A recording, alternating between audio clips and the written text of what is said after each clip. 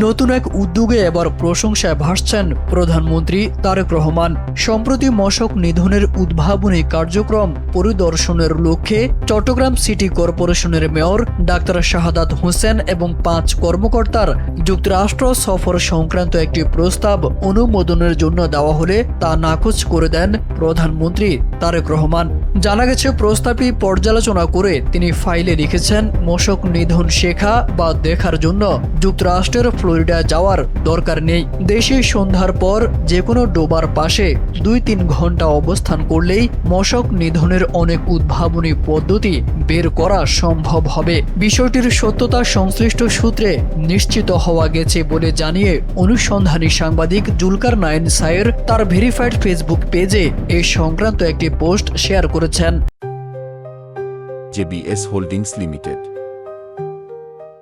পোস্টে সামাজিক যোগাযোগ মাধ্যমে ছড়িয়ে পড়ার পর বিষয়টি নিয়ে ব্যাপক আলোচনা শুরু হয়েছে।